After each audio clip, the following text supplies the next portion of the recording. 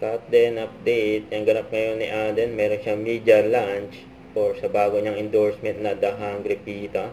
Hindi lang siya bilang endorser, meron na rin siyang franchise. Yan, pang 117. Owner na rin si Aden. Grabe yun. Yan, Aden Richard in the house. The Hungry Pita.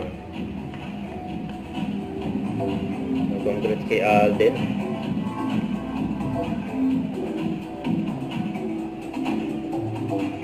First ever endorser ng Hungry Pita at may owner na rin, may franchise.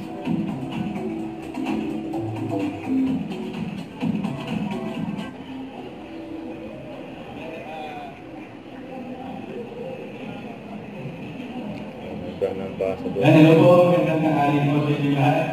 Thank you so much for being here. I'm very honored and very happy to be part of the Hungry Pita family. And I'm very excited po on what lies ahead with this partnership.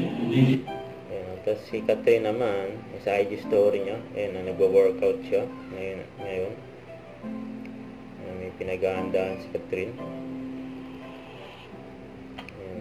Madalas mag-workout si Catherine. Lakas ni Catherine, grabe yan. Ito naman post ng Century 2 for Catherine. Mag-holiday na.